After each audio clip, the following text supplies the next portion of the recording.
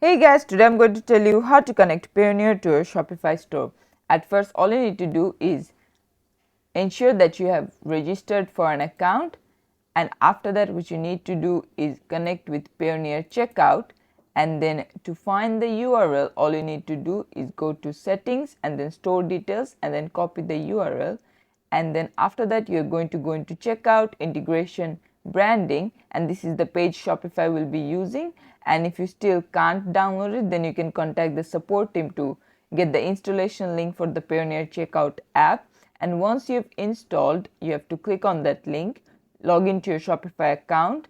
After that, you're going to click on install app, and then Payoneer app will be able to access your Shopify customer details and manage orders.